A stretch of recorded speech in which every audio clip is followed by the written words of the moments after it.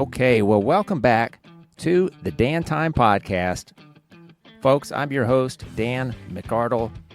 Thanks for coming along for the ride as week in and week out, I comb the Daniverse, as I call it, for interesting, insightful, impactful guests, people, personalities, performers, you name it. We featured standouts in sports, music, entertainment, sharing stories from people that I think you ought to hear about.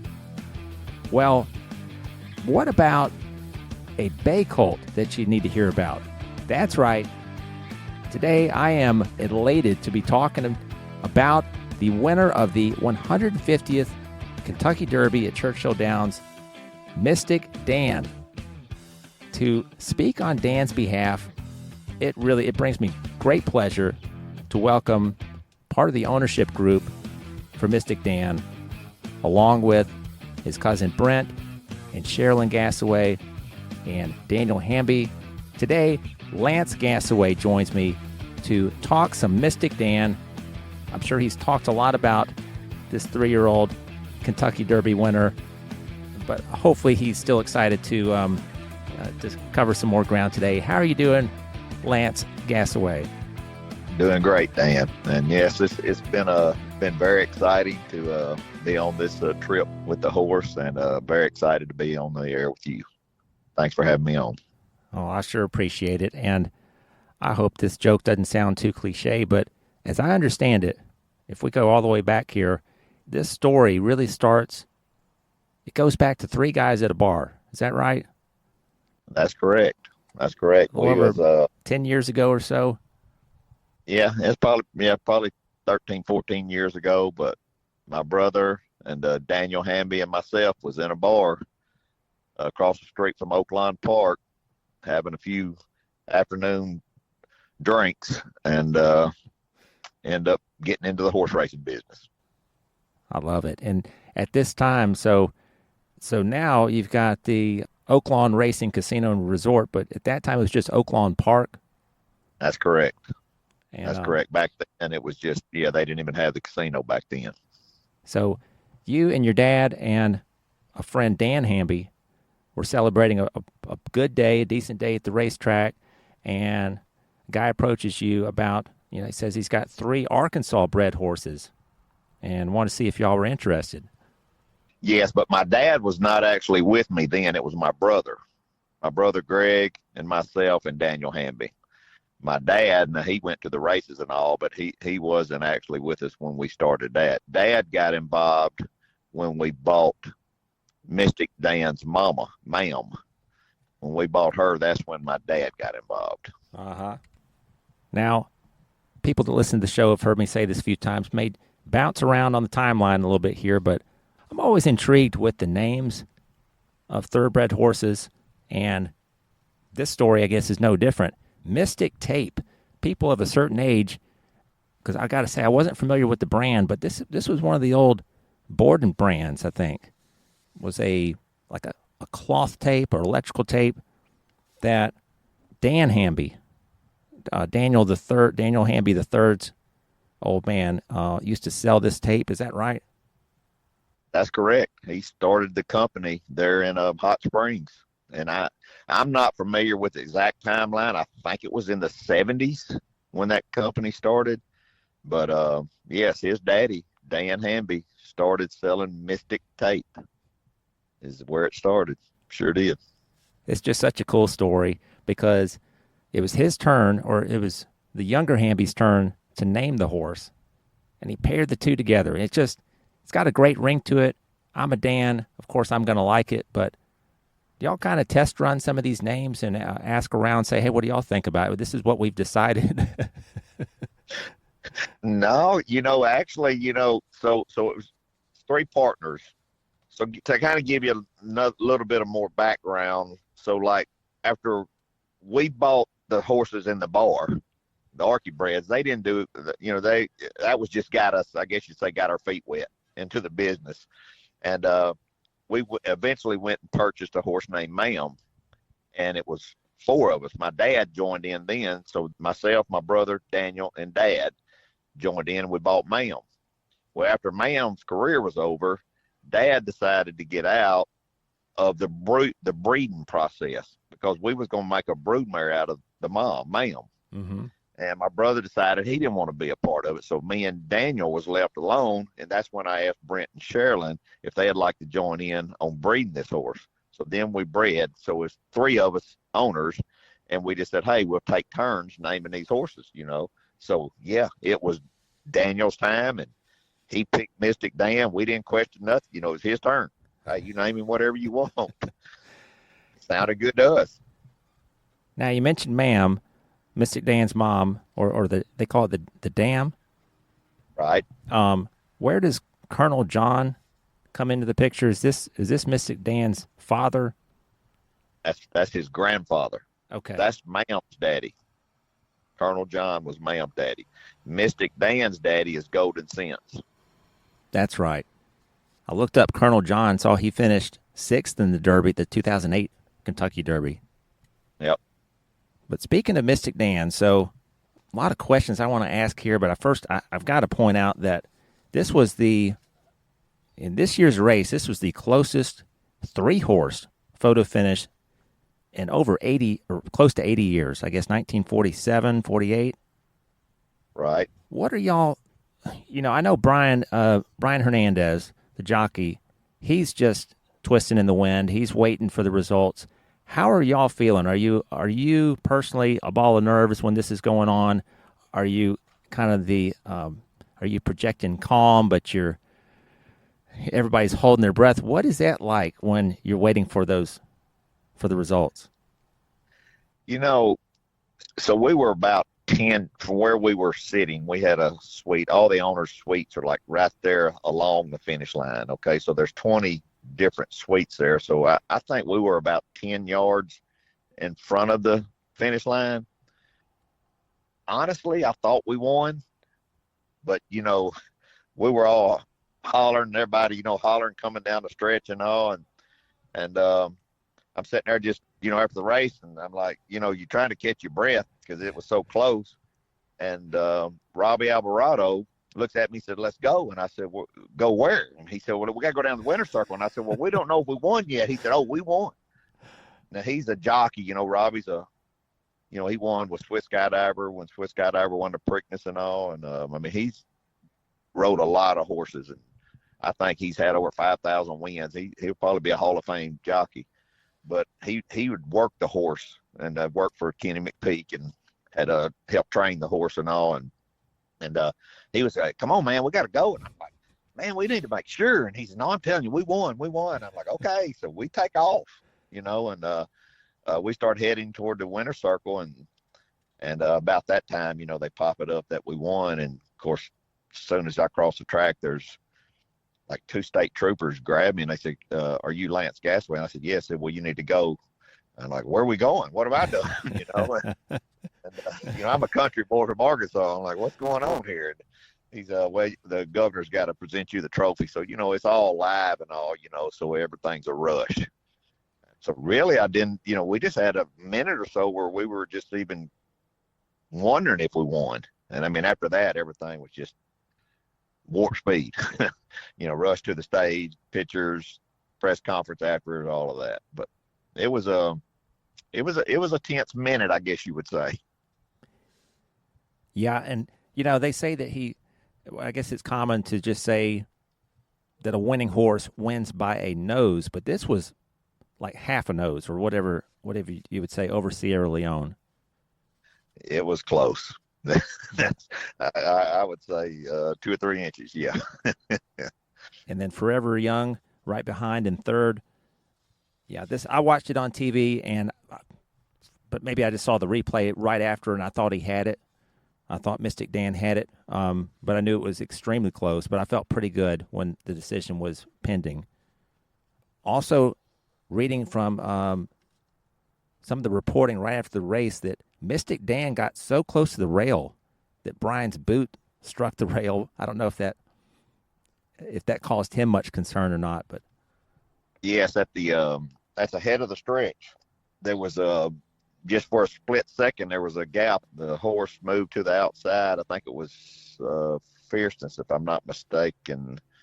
Can't remember the horse. Anyway, he moved to the outside a little bit and just a little small gap there, and Brian started heading through it, and the horse squeezed him back down up against the rail, and it actually, hit his boot pretty hard there on the rail, kind of slowed us up a little bit.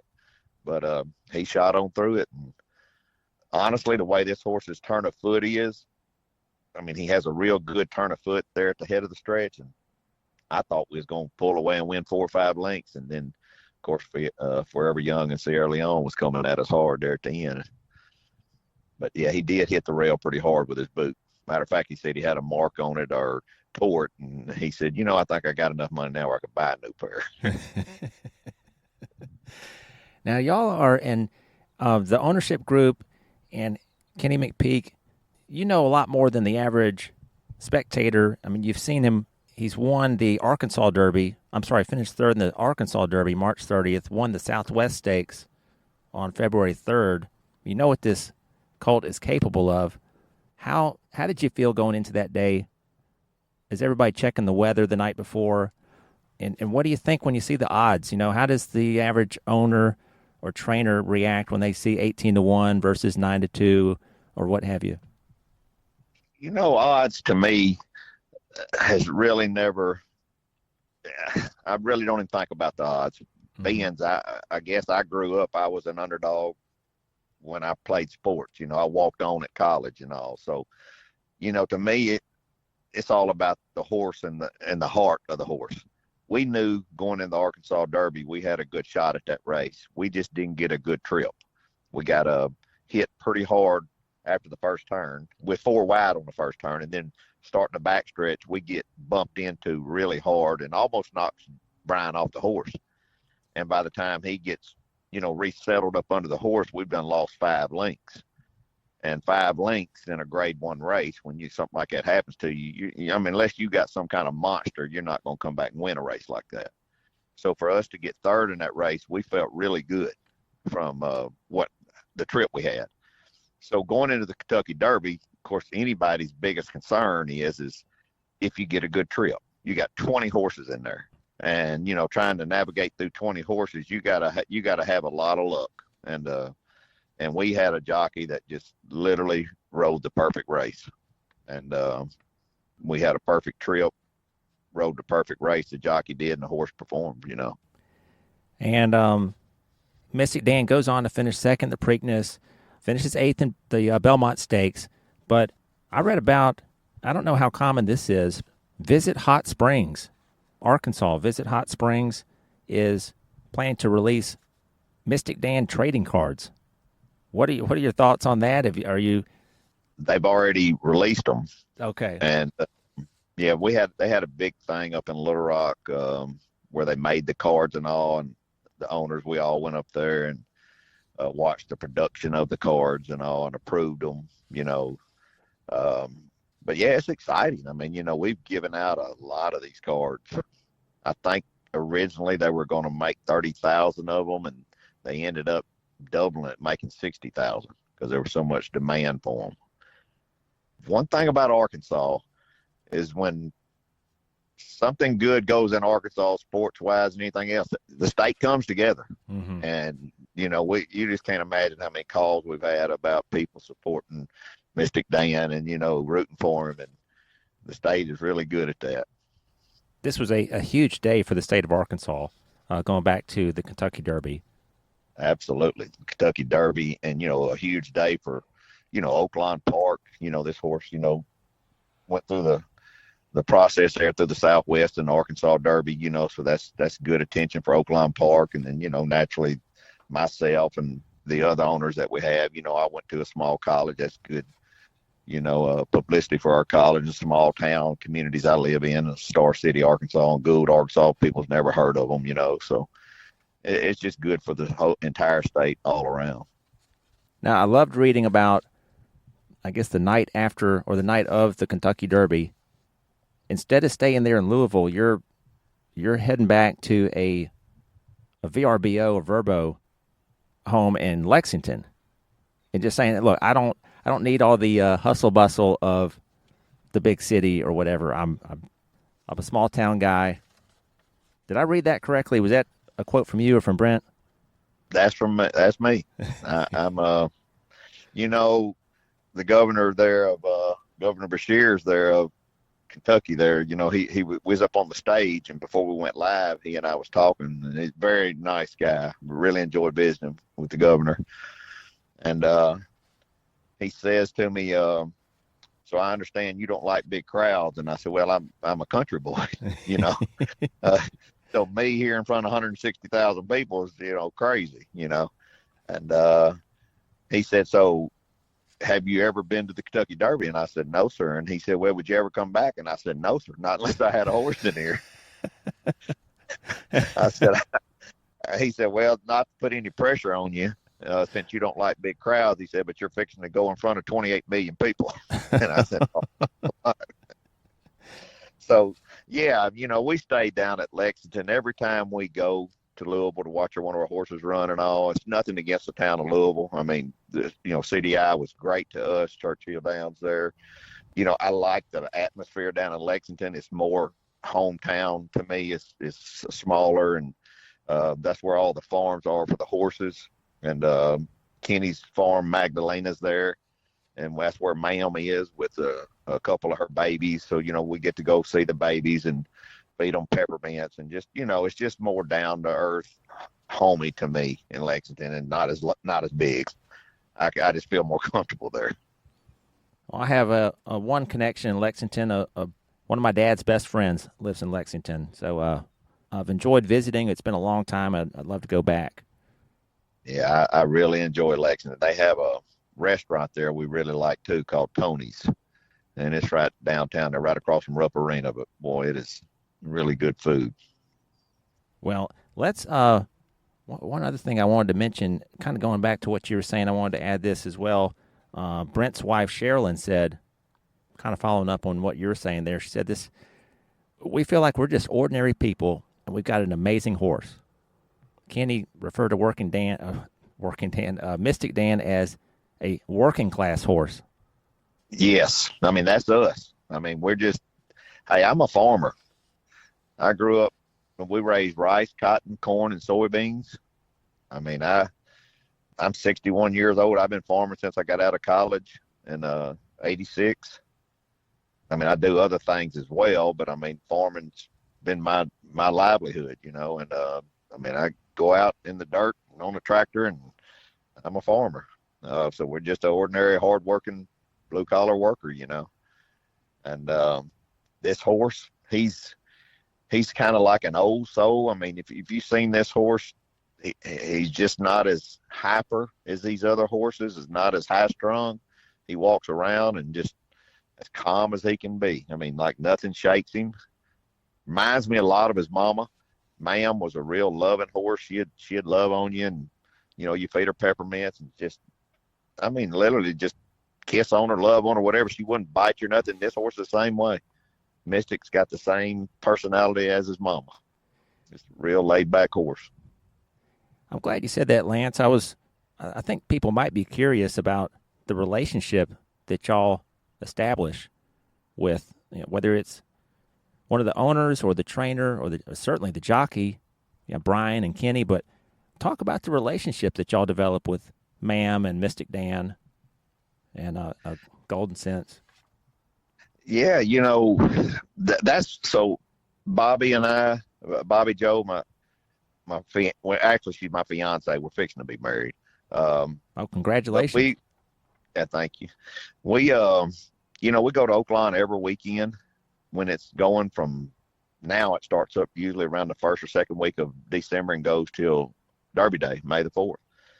And every weekend we go to Hot Springs, and we got a place over there, so we'll go over and stay and go to the races usually on Friday and Saturdays, and we'll get up in the mornings. I'm an early riser, a farmer, so I'm an early riser, and we go to the barns and watch the horses work out and go by and feed them peppermints and just enjoy being around them. They're fascinating athletes, and to me, it's just I just love watching them work out, love watching being around them, talking with the trainers, the jockeys. I mean, we got a lot of friends, that's trainers and jockeys, and we just enjoy being around that. It's just different for me. Being an athlete, it's a competition to me. Number one, I want to have good horses, and you want to win. And I'm a very competitive person by nature, and I don't know, probably to a fault. I'm real competitive. I like winning. Well, Lance, in 2015, I'm glad you mentioned this because I wanted to kind of take a section of this call and highlight your playing career. And 2015, you're inducted into the University of Arkansas at Monticello Hall of Fame. You mentioned you were a walk-on with the Boll Weevils. Take me back a little bit to 84, 85. I don't remember which year you're a freshman or an upperclassman, and we'll talk about you still hold some records at that school. Yeah. And 85 was my senior year, and I have a few records that I'd set down there. My college career, I walked on down at UAM. My two cousins, and my brother actually were playing football down there, and one of my cousins was an All-American tight end, so I kind of looked up to him, and he was 2 years older than I was, and walked on, had a good career. Football's it's a team sport, and to me, when you give individual accolades like that, I'm not big on that. Mm-hmm. I mean, I had a quarterback he's in the Hall of Fame there.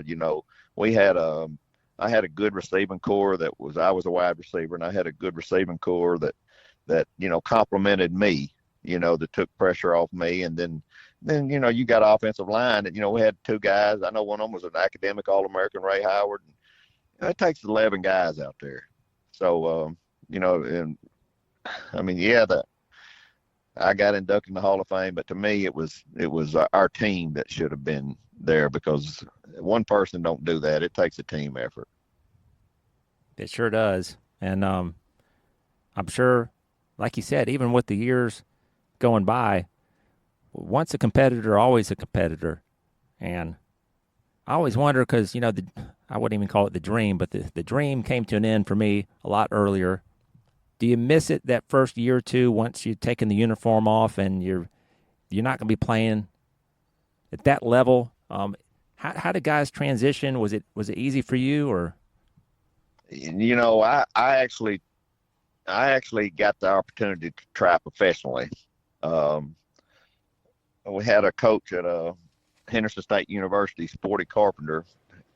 He was good friends with my father-in-law back at that time, and he had a friend that was an agent, and he got me a walk-on or a tryout, a free agent contract up in or not a free agent contract, but a free agent camp up in Harrisburg, Pennsylvania.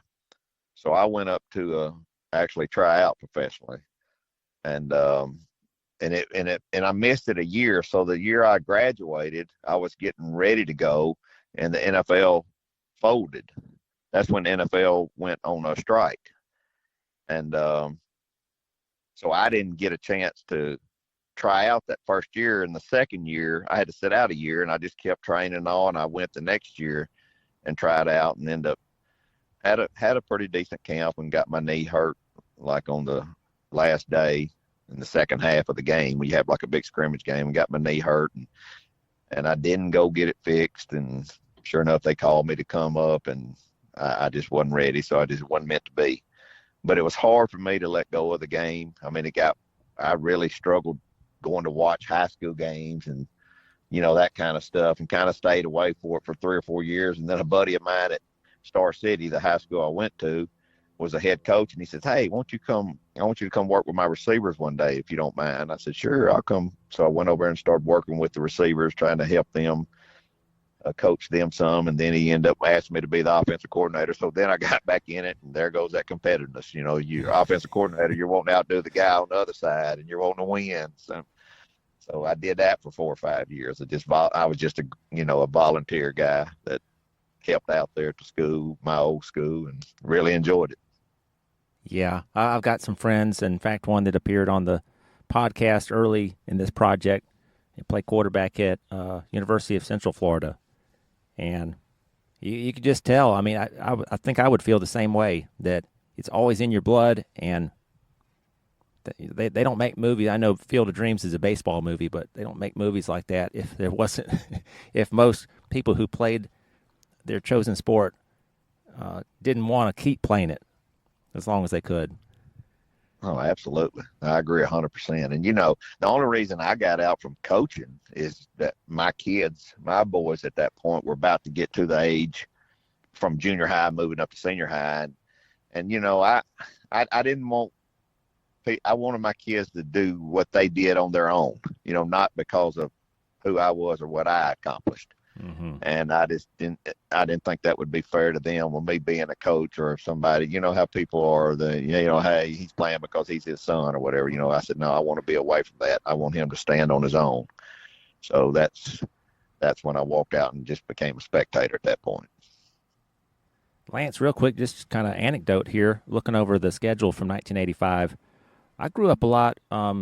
Most of the time I was growing up was in the Birmingham area, and I see that second game of this season, y'all played Samford University. Yes. Yes. They had just started their football program back then. Mm-hmm. If I remember right. They were might have been their first or second year to start their program back, or just started up one. Talking about record set, but sometimes I just like to ask about memories. Are there any plays that nobody talks about that you remember that was particularly exciting that you were a part of, or maybe a long drive, 80, 90-yard length of the field drive under the gun or anything like that? We was playing Henderson. Probably the biggest thing that sticks out to me, we was playing Henderson, and this is one of the games I'd set a record on. And this corner, he was a good corner, so it was I guess you'd say, a lot of publicity about him guarding me, that game. Mm-hmm. And we kept working the sideline. Joe Don and I. And Joe Don had the coach, he had the right. He could check off any time to any play. Well, this corner kept playing off of me, so we kept running these out routes, I mean, you set a record when you just keep running out routes, okay? We keep running these out routes, and we're back in the huddle, and I look at Joe Don. I said, he's ready. And he said, you sure? And I said, I'm telling you, he's ready. So I could tell this corner was wanting to hop that route, And so we run a out and up, wheel route. And as soon as I turn up, I hear the corner say, oh, shit. I just sticks in my head. It was a touchdown. And, but that kind of stuff like that just really sticks in your head. I love it. Well, I could talk to you about the football stuff for an entire episode as well. Coming back to Mystik Dan here for a second. Now, a big deal for Arkansas and for Oaklawn horses. Some previous names some people might be familiar with: Zenyatta, Rachel Alexander, American Pharoah, certainly. Smarty Jones, about 20 years ago. Yep. How does it feel to be kind of mentioned in the same breath as American Pharoah or Smarty Jones? Well, that American Pharoah, if I'm not mistaken, was the only other cards that they ran through, like these trading cards at Oaklawn. So, yeah, I mean, it's just unbelievable to think that, we're in the same breath as an American Pharoah, Rachel Alexander, Smarty Jones, all of them. I mean, just very humbling, very humbling. And I'm sure people ask what's next for Mystik Dan, and maybe it hasn't been decided upon, but anything you can speak to about Mystik Dan? And yeah, the Belmont, a lot of it, he had a mucus after the race. We scoped him because we knew he didn't have that turn of foot at the head of the stretch like he normally does. And when they get mucus in their throat, they have trouble breathing. And also he had a 4 out of 10, the way they kind of scale it, on a laryngitis or sore throat. So he had obviously picked up some kind of cold that week. So we decided to give him 30 days off. And in all fairness to the horse, probably, he had ran 3 grade 1 races, the Triple Crown, in 5 weeks there. So I'm sure his immune system as an athlete, you get beat down, you get tired, even as a human, you go work. Some people have to work 24-hour shifts. You go work a shift like that, and your body you get beat down, you get tired. And I'm sure Mystik's body was his immune system was probably beat down a little bit, which made him susceptible to a cold or whatever. So we're going to give him 30 days rest, where he's just going to turn him out, let him be a horse, let him eat grass, and just relax for 30 days. And then we're going to bring him back in training and get him ready for the Travers Stake. And I think it's like August 24th. And then possibly the Pennsylvania Derby the next month in September, and then shooting for the Breeders' Cup. That's the plans for him. Well, I'm so excited to be talking about Mystik Dan and have been following him during this exciting ride, and to get some inside perspective from you, Lance, and some stuff that maybe my listeners are, hopefully this is enlightening for people. How about, now this is just some extra tidbits here, but Kenny McPeek had a Triple Crown victory over 20 years ago. I cannot believe this. I had to look at it 2 or 3 times. A 70-1 favorite. Sarava, am I pronouncing that right? Tejano Run, wasn't it? No, you're right. You're right. The 2002 Belmont Stakes. Yes. I can't remember the name of that horse, but yes, you're exactly right. He did. He did. Talking, and I agree with you on odds, and just from my perspective, but 70-1, that's got to. There's something I always told somebody, and there's so much truth to this, especially a while ago. You said, okay, well, we're not literally talking to Mystik Dan, we can't, but that's a problem. A lot of people will come up to you for the record. Well, what do you think about your horse? Well, I don't know. I went to the barn this morning. He wouldn't talk to me. And there's what happened with the Belmont. We scoped that horse the week before. We had to work the week before the Belmont and worked him. And they scope them after they work them because it gets their blood flowing good, gets them everything's going good on the horse. And that's when you can really tell if there's something wrong with their airway, their breathing, and all that kind of stuff. So if you just he woke up in the morning, you scoped him, you wouldn't see nothing, even if there was something there, unless it was inflamed throat, like the laryngitis. But as for the mucus, you would never see it because it hadn't come up. So that morning, or during that week sometime, he caught a cold, because that Saturday before the race, everything was good. He had no mucus, nothing. We checked him right after the work. So, if we would have got up and scoped him the morning of the race, we wouldn't have seen nothing other than maybe a little bit of laryngitis, Right. So that's the bad thing about horse racing. These suckers can't talk to you, so you don't really know how they feel. Whereas an athlete, you get up, how you feel today? Well, I don't feel real good. Well, if you got a cold, you're not going to be able to breathe as good either, and you're not going to perform as well. So these are high performance athletes, and anytime they have something like that, it can happen. So there's some days that a 70-1 feels good, and maybe the favorite over here don't. And hey, it was his day. It happens. That's an excellent point. I'm glad you mentioned that. That it sounds simple, but yeah, you can't talk to the horse. He can't express, if he's feeling ill, or if something's aching, or something that just can't be diagnosed. Yep. The only thing that they can really do, and all the trainers, we have Brad Cox that trains some of our horse, or one of my horses as well, and Brad's trained other horses for me, and Kenny, they're good trainers. But man, these guys, their hands are tied, because the only thing they can go by is how good the horse is eating, how good he's moving, and they check them every day. They'll rub their legs, and if there's heat in it, naturally there's something there. But they do everything they can to make sure the horses are ready. But just when it all comes down to it, the horse can't talk to them.